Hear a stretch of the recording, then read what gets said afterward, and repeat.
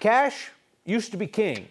Can't tell you last time I carried cash. There is an ad running on our air and elsewhere saying that you will soon have to use cash to pay sales tax when you use a credit card at a store. A number of you, including Craig, Karen, Ben, wrote in asking for a Marshall Zellinger truth test treatment on that ad, which we found is misleading people about a bill at the state capitol. How do you want to pay tax? On the card. Tax is only paid in cash now. What are you talking about? What is he talking about? What you heard in this ad claims sales tax can only be paid in cash. New law, only cash for tax. No, there is no new law that requires cash for tax. And the words on screen also mislead. Colorado bill could force you to pay tax in cash. This ad, funded by banks and payment networks, opposes a Democrat-sponsored bill to change how swipe fees are calculated. The bill seeks to exempt sales tax from the percentage fee merchants are charged every time a credit card is swiped. Right now, merchants are charged a certain percentage on the total amount charged to a credit card.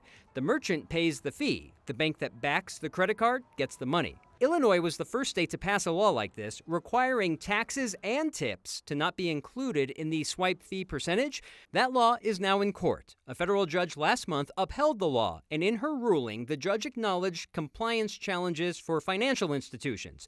Quote, "These compliance costs, among others, are undeniable, but state and federal laws will always require some kind of compliance cost no matter who bears it."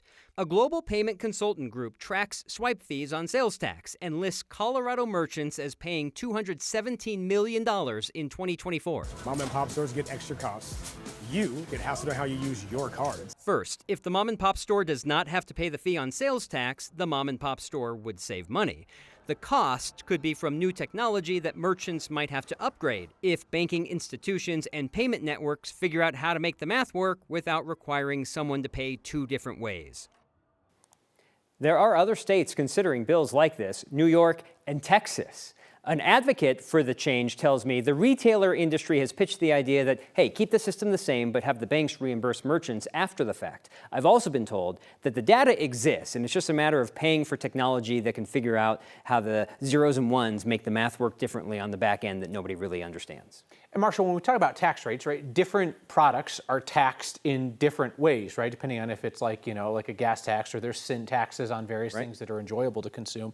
But we're not talking about a situation where people are forced to pay cash for any of them in reality. Right. The bill itself does not say require people to pay cash for sales tax. What it is saying is if you're changing what the merchants can be charged by the banks, then you might have to say, well, if we're divvying that out, figure out how they're going to pay for this because we're not going to deal with it with the credit card machine. For just a second there, I pictured myself as one of those old school guys that carries like the roll of 20s with the rubber band around it and takes it off and just kind of like peels it off, you know. Those guys always look like real bosses. Marshall, thank you.